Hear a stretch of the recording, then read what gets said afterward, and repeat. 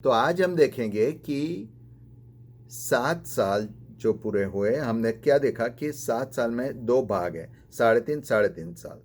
पहले 3.5 साल के अंदर वो दो विटनेस आएंगे, राइट। और पिछले 3.5 साल में एंटी क्राइस्ट और फॉल्स प्रॉफिट, वो दोनों आएंगे। और वो दोनों 7 साल पूरा होने के बाद प्रभु यीशु जब वापस आएंगे तो एंटी क्राइस्ट को और फॉल्स प्रॉफिट दोनों को मार के नरक की अग्नि के अंदर डाल दिया जाएगा, राइट। लेकिन और भी कुछ होने वाला है। तो हम क्या देखेंगे कि रेवलेशन चैप्टर 20, और कोई पहले 1 से 3 कलम आयत को पढ़ना। Revelation 20, 1, 2 and 3।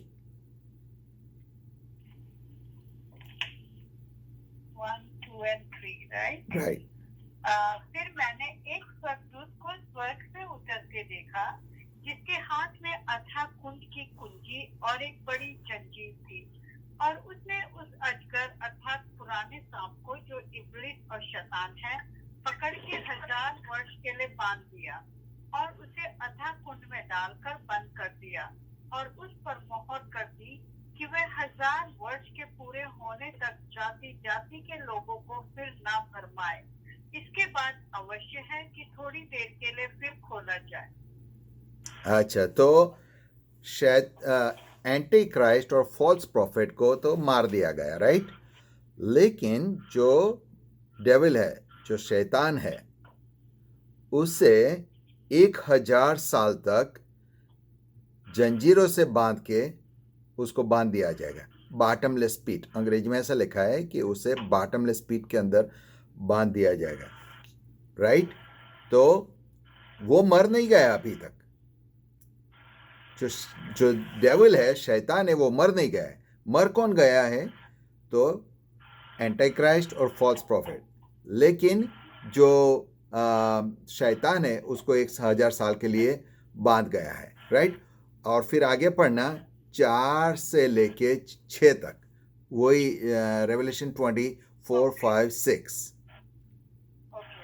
फिर मैंने सिंहासन देखे और उन पर लोग बैठ गए, और उनको न्याय करने का अधिकार दिया गया, और उनकी आत्माओं को भी देखा, जिनके सिर यीशु की गवाही देने और परमेश्वर के वचन के कारण काटे गए थे, और जिन्होंने ना उस पशु की और ना उसकी मूरत की पूजा की थी, और ना उसकी छाप अपने माथे और हाथों पर ली थी। वे जीवित होकर मसीह के साथ 1000 वर्ष तक राज्य करते रहे, और जब तक ये 1000 वर्ष पूरे न हुए, तब तक शेष मरे हुए ना जी उठे। ये तो पहला मृत्यु का स्थान है। धन्य और पवित्र वह है जो इस पहले पुनरुत्थान का भागी है। ऐसों पर दूसरी मृत्यु का कुछ भी अधिकार नहीं, पर वे परमेश्वर और मसीह के याजक होंगे और उसके साथ 1000 वर्ष तक राज्य करेंगे। Praise the Lord. अच्छा, तो क्या हो रहा है यहाँ पर कि जो रैप्चर के टाइम हम लोग परमेश्वर के पास आकाश में बादलों में चले गए, राइट। वहाँ हम लोग क्राइस्ट, जो before the throne of Christ, हमें इनाम दिया जाएगा, राइट। और वहाँ हम 7 साल तक सेलिब्रेशन होगा। वहाँ तब ये पृथ्वी के ऊपर 7 साल तक ट्रिब्यूलेशन का टाइम होगा। 7 साल के ट्रिब्यूलेशन जब पूरा होगा, तब प्रभु यीशु के साथ हम लोग वापस आएंगे, राइट। और हमने क्या देखा यहाँ पर? हमने क्या देखा? हमने यहाँ कैसा पढ़ा हमने कि राज सिंहासन लगाए गए थे, right, right. And I saw thrones and they sat on them, right. और उनके साथ और कौन था? मतलब में जो रैप्चर में प्रभु के पास थे वो, और जो 7 साल के अंदर जिन्होंने जो एंटी क्राइस्ट की छाप अपने ऊपर नहीं ली थी, या तो उसकी भक्ति नहीं की थी, चाहे कितना भी उनको मारा गया था, राइट। लेकिन वो जिंदा होंगे, और वो भी हम जो रैप्चर में प्रभु के साथ हैं उनके साथ जुड़ जाएंगे, और वो क्या करेंगे? राज करेंगे। आप समझ में आई ये बात? यहाँ दो ग्रुप है। एक ग्रुप है जिसको हम रैप्चर में चले गए, राइट। लेकिन कई लोग ऐसे होंगे जो पृथ्वी पर ही है, लेकिन वो लोग प्रभु को मानते हैं, उन लोग ने एंटी क्राइस्ट की और झूठे प्रबोधक की आराधना नहीं किया है। जब नहीं किया तो उन लोग को मारा गया था, लेकिन वो जीवित होंगे और वो हमारे साथ 1000 साल का जो प्रभु यीशु जो राज करने वाले हैं उसमें हमारे साथ जुड़ जाएंगे। किसी को सवाल है यहाँ पर?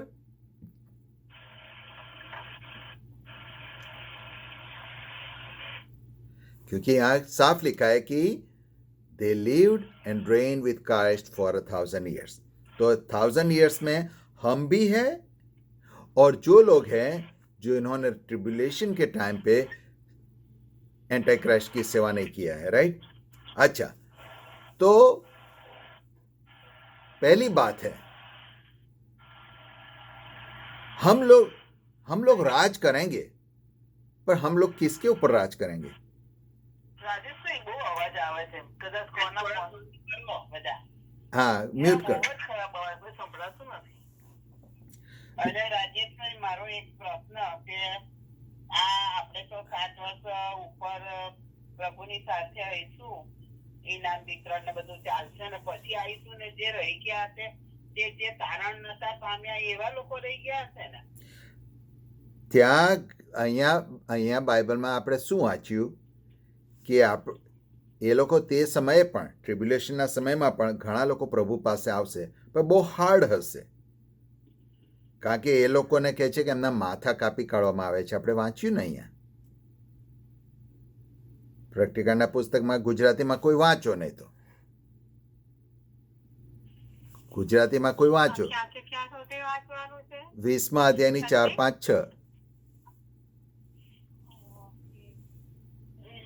પછી મેં કેટલાક રાજ્યસ્થાનો અને લોકોનો તેના પર બેઠેલા જોયા.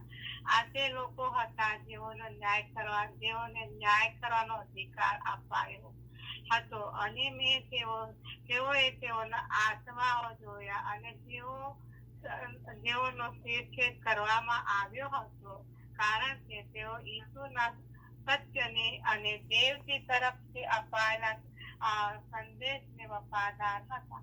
એ લોકો તે પ્રાણીને કે તેની મૂર્તિને પૂજતા ન હતા. તેઓના કપાળ પર કે તેઓના હાથો પર પાણીની છાપ ન હતી. એ લોકો ફરીથી સજીવન થયા અને ખ્રિસ્તની સાથે તેઓને 1000 વર્ષ સુધી રાજ કર્યું. બીજા મરેલા લોકો 1000 વર્ષ પૂરા થતા સુધી ફરીથી સજીવન થયા નહીં. આ પ્રથમ પુનરુત્થાન છે. આટલા સુધી જ ને? બરાબર. તો હવે ખ્યાલ આવ્યો ને કે એક તો જે લોકો રેપ્ચરમાં પ્રભુ પાસે ગયા છે એ લોકો તો રાજ કરવા આવવાના છે, પણ તે વખતે પણ ઘણા લોકો પૃથ્વી પર એવા હશે કે જે લોકોએ મરી જવાનું પસંદ કર્યું, પણ એન્ટાઈ ક્રાઇસ્ટની અને ફોલ્સ પ્રોફેટની મૂર્તિની પૂજા નહીં કરી, એમને મારી નાખવામાં આવ્યા. એ લોકો સજીવન થયા અને એ લોકો પણ 1000 વર્ષના રાજ્યમાં ભાગ લેવાના છે. ખ્યાલ આવ્યો? જો તમે बोलो। नहीं, जो जिनका सर कट गए थे वो लोग जिंदा हुए।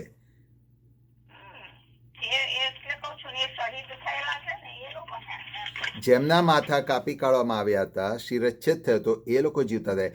એ લોકોએ પસંદ કર્યું કે અમારું માથું કાપી કાઢો, પણ અમે છાપ નહીં લઈએ, રાઈટ. અને મૂર્તિ જે હતી, મૂર્તિ લોકોને બોલશે ને ચાલશે ને કહેશે કે આણે છાપ નથી લીધી હતી, અને પછી એન્ટાઈ ક્રાઇસ્ટ એ લોકોના માથા કાપી કાઢશે. એ લોકો જીવતા થયા છે. क्लियर થઈ ગયું? ओके, तो अब हम आगे देखेंगे. हम भी हैं और वो भी हैं. हम भी राज करेंगे, लेकिन हम अकेले राज नहीं करेंगे, वो भी हमारे साथ राज करने में लगेंगे. अच्छा, तो दैट इज द थिंग. हम किसके ऊपर राज करेंगे? मैं और आप एक दूसरे के ऊपर राज नहीं कर सकते. हस्बैंड वाइफ के ऊपर राज नहीं करेगा, वाइफ हस्बैंड के ऊपर राज नहीं करेगी, एक प्रेयर ग्रुप दूसरे प्रेयर ग्रुप के ऊपर राज नहीं करेगा, राइट? तो राज किसके ऊपर करेंगे? क्योंकि हम सब राज करने वाले हैं, सभी प्रेयर ग्रुप वाले राज करने वाले हैं। हस्बैंड वाइफ अगर बोथ परमेश्वर को स्वीकार किया है तो वो दोनों भी राज करेंगे, तो एक दूसरे पर कैसे राज करेंगे, राइट? तो इसके लिए हमें जाना पड़ेगा किसके ऊपर राज करेंगे, राइट? तो वो देखने के लिए हमें जाना पड़ेगा जकरिया, प्रबोधक ने पुस्तक जकरिया, प्रॉफिट जकरिया चैप्टर 14 16 से 19 को ही पढ़ो।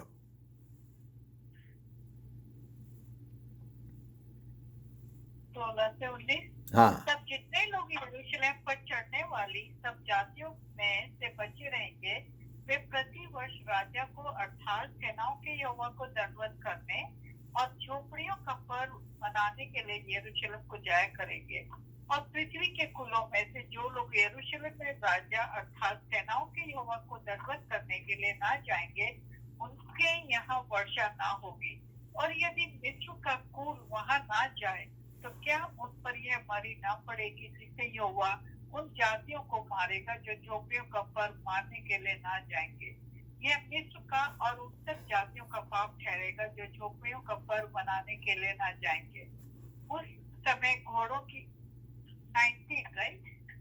हाँ, 90 तक, राइट। ओके। तो यहाँ क्या लिखा है कि जब एंटी क्राइस्ट ने और फॉल्स प्रॉफिट ने जब युद्ध किया था तो उसके साथ बहुत लोग थे, राइट? क्योंकि वो लोग पूरी दुनिया के ऊपर राज करते थे, राइट? है कि नहीं? वो अकेले नहीं थे, राइट? वो पूरी दुनिया पर राज करते थे। मर कौन गया है? वो एंटी क्राइस्ट और फॉल्स प्रॉफिट को मारा गया है। लेकिन जो दुनिया के जो लोग हैं जिन्होंने एंटी क्राइस्ट की छाप ली थी, राइट, और फिर भी जिंदा है, क्योंकि एंटी क्राइस्ट ने उनको मार नहीं डाला है, राइट? एंटी क्राइस्ट ने उनको मार नहीं, एंटी क्राइस्ट ने किसको मार डाला है? जिन्होंने एंटी क्राइस्ट की छाप नहीं ली थी या मार्किंग नहीं लिया था। लेकिन जिन्होंने लिया था वो तो जिंदा थे ना, क्योंकि उसने डिसीव किया था, उन्होंने कई लोगों को डिसीव किया था।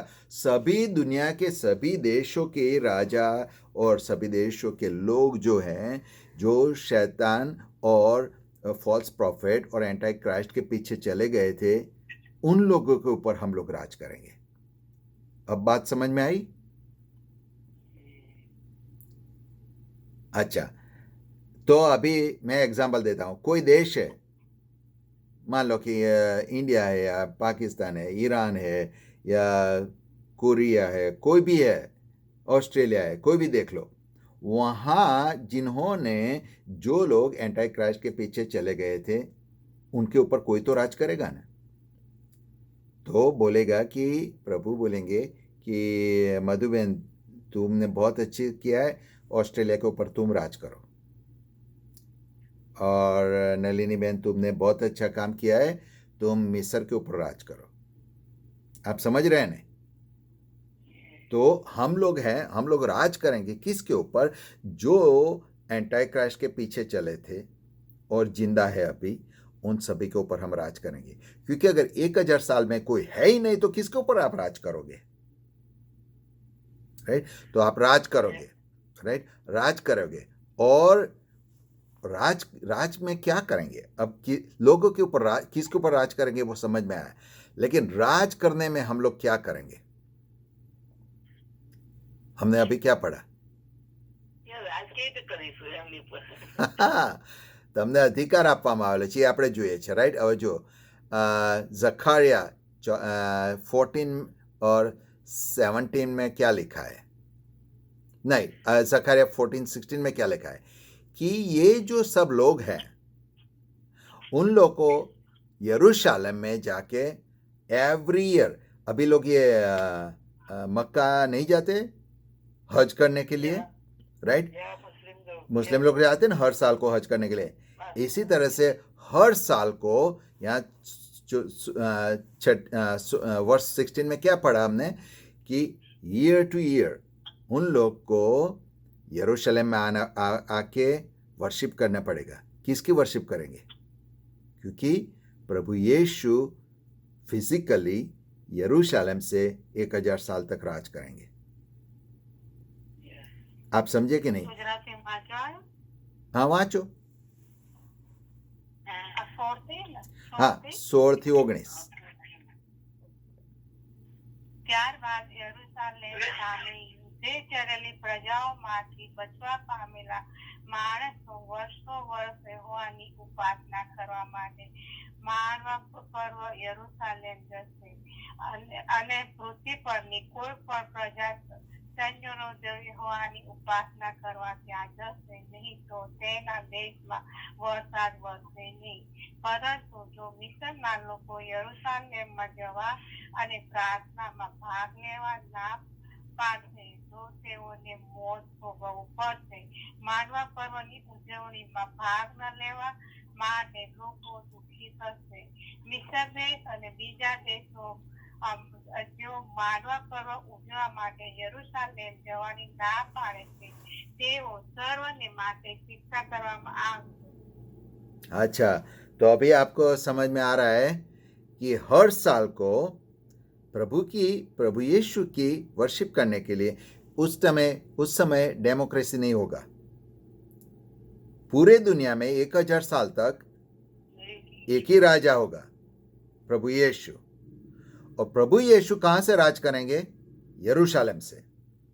लेकिन जो देश हैं, मान लो ऑस्ट्रेलिया है, वो यरूशलेम से बहुत दूर है, न्यूजीलैंड है, इंडिया है, पाकिस्तान है, वो दूर है यरूशलेम से। तो वहाँ प्रभु यीशु के जो रिप्रेजेंटेटिव कौन है? मैं, आप और जिन लोग ने को एंटी क्राइस्ट ने मार दिया है, वो सबको अलग अलग एरिया के इंचार्ज बनाया जाएगा, राइट। और हमें पता चलेगा कि आज कौन यरूशलेम में प्रभु की भक्ति करने नहीं गया है। और फिर क्या करेंगे? अगर मान लो आप इजिप्ट के इंचार्ज है और इजिप्ट के लोग नहीं गए हैं तो आप क्या करेंगे? बारिश बंद कर देंगे वहां, राइट। आपके पास पावर होगा, आपके पास पावर होगा तो वो तुम्हारा रेन। तो जो राज करते हैं वो राज में क्या करते हैं? वो देखते हैं कौन क्या करता है, कौन क्या नहीं करता है, राइट। तो हमारी जिम्मेदारी क्या होगी? हमें प्रभु की वर्शिप के लिए सब लोगों को सालाना आना है। प्रभु की जो फेस्टिवल्स हैं, राइट, वो फेस्टिवल सेलिब्रेट करने के लिए सबको जाना है। जो नहीं गया उनके ऊपर आप राज कर रहे हैं, आप उनका बारिश उनकी बंद कर देंगे। आप समझ में आया? राइट।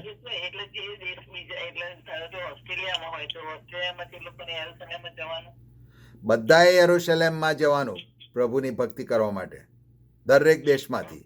અને તમે એના ઇન્ચાર્જ હો, તમે ઓસ્ટ્રેલિયાના ઇન્ચાર્જ હો તો તમારે કહેવું પડે કે તમારે બધાએ ચાલો જવાનું છે અને કોઈ ના પાડશે તો તમે એ લોકોનો વરસાદ બંધ કરી દેશો। એ વખતે દુનિયા કેવી હશે? આવા પ્લેન પ્લેન બધું હશે કે પછી ઉડવાનું જ હશે? ના મને નથી ખબર।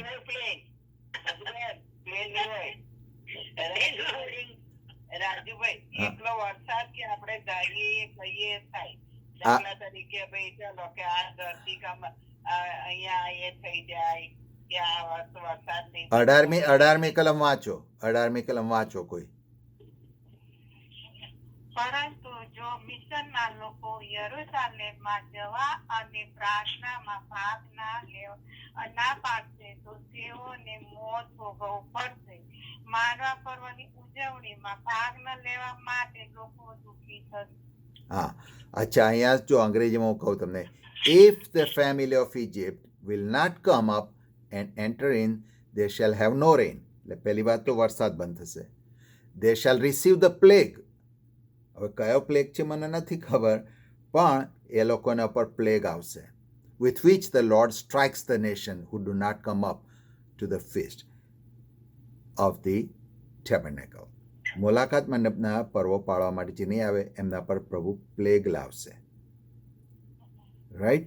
આજે અમારા બાઇબલની અંદર છે ને જુદા શબ્દો છે, મધુબેનના શબ્દ બાઇબલ હું તો ફોનમાંથી વાંચું છું, ફોનની અંદરથી વાંચું છું, એટલે ફોનમાં જે આપે હા, તો તમારા બાઇબલમાં શું લખ્યું છે? બહુ જુદું હોય છે, કદી ફોનમાં હોય છે. હા, અને જો આની અંદર બહુ સ્પષ્ટ કહે છે કે અને જો મિસ્રના લોકો ત્યાં જાય નહીં તો તેમનામાં મલકી ચાલશે. જે પ્રજાઓ માળવા પર્વ પાળવાને જાય નહીં તેઓમાં મલકી મોકલીને યહોવા તેમને મારશે. એટલે ચોખ્ખું કીધું છે, મલકીથી મારશે. હા, હવે અને એ બધું મેનેજ કોણે કરવાનું છે? हम लोग को मैनेज करना है, राइट? तो राइट, तो हाँ,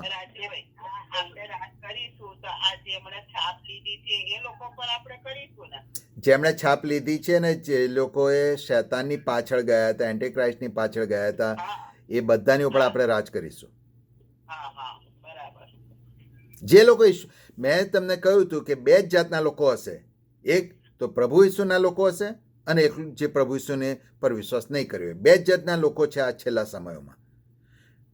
There is no half Christian, there is no backslide Christian, there is no believer, there is only two kind of people. ખ્યાલ આવ્યો તમને? જેટલા લોકો પ્રભુની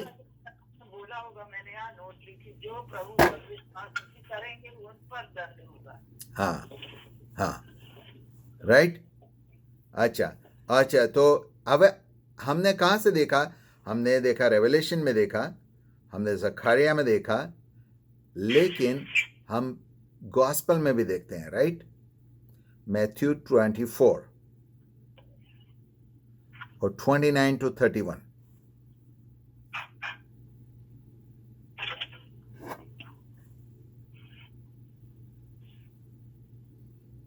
उन दिनों में क्लेश के बाद तुरंत सूर्य अंधियारा हो जाएगा और चांद का प्रकाश जाता रहेगा और तारे आकाश से गिर पड़ेंगे और आकाश की शक्तियां हिलाई जाएंगी.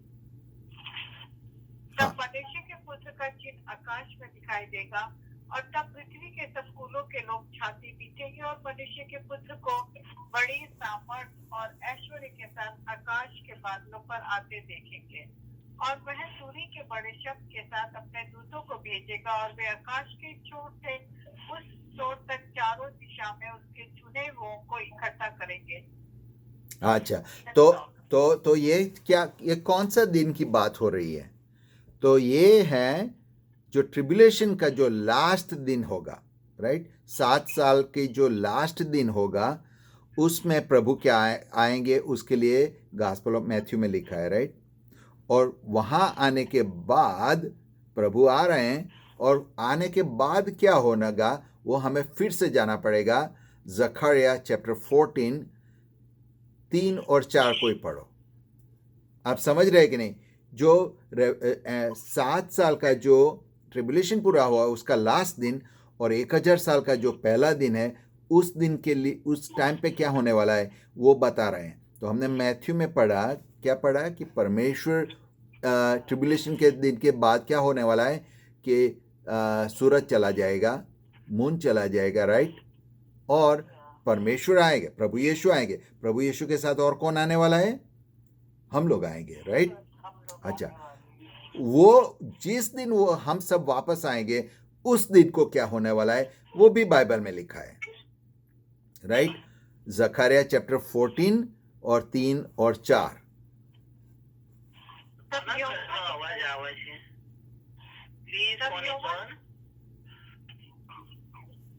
तब यहोवा निकलकर उन जातियों से ऐसा लड़ेगा जैसा वह संग्राम के दिन में लड़ा था, और उस समय वह जलपाई के पर्वत पर पांव धरेगा जो पूरब और यरूशलेम के सामने है. तब जलपाई का पर्वत पूरब से लेकर पश्चिम तक बीचों बीच में फटकर बहुत बड़ा खड्डा हो जाएगा. तब आधा पर्वत उत्तर की ओर और आधा दक्षिण की ओर हट जाएगा. कोई गुजराती में पढ़ेंगे? हाँ, ચોથી કલમ. हाँ. ત્યાર પછી યહોવા જેમ પોતે યુદ્ધને દિવસે લડ્યો હતો તેમ તે પ્રજાઓની સામે જેને લડશે તે દિવસે તેના પગ યરૂશાલેમની સામે પૂર્વ દિશાએ આવેલા જૈતૂન પર્વત પર ઉભા રહેશે. ને જૈતુન પર્વત વચ્ચોવચ્ચથી પૂર્વ તરફ અને પશ્ચિમ તરફ ફાટશે. તેથી બહુ મોટી ખેડ થઈ જશે. અડધો પર્વત ઉત્તર તરફ અને અડધો દક્ષિણ તરફ ખસી જશે.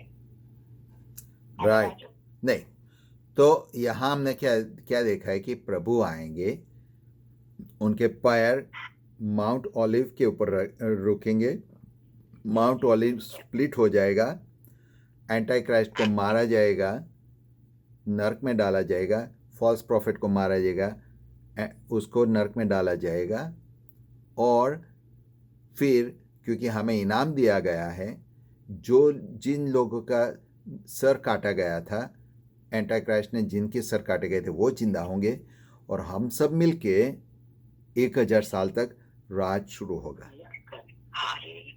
राइट तो अभी आपको समझ में आ गया, क्योंकि ये जो लिखा है रेवलेशन में लिखा है, ये जकरिया चैप्टर 14 में लिखा है, और मैथ्यू में लिखा है, गॉस्पेल में. राइट लेकिन हमें पढ़े तो हमें स्टोरी पता चलता है कि एग्जैक्टली क्या होने वाला है. तो परमेश्वर ने सबसे पहले दिन और लास्ट दिन, ट्रिबुलेशन के लास्ट दिन में क्या होने वाला है वो बताया है, और उसके बाद कैसे हम राज करेंगे, किसके ऊपर राज करेंगे, किस तरीके से काम करेंगे, राज करेंगे, वो सब भी बाइबल के अंदर बताया है. राइट तो आज हमने देखा कि 1000 साल तक क्या होने वाला है, हम लोग क्या करेंगे, हम राज करेंगे, और उसके बाद जब 1000 साल पूरा होगा वो क्या होगा वो हम नेक्स्ट टाइम देखेंगे.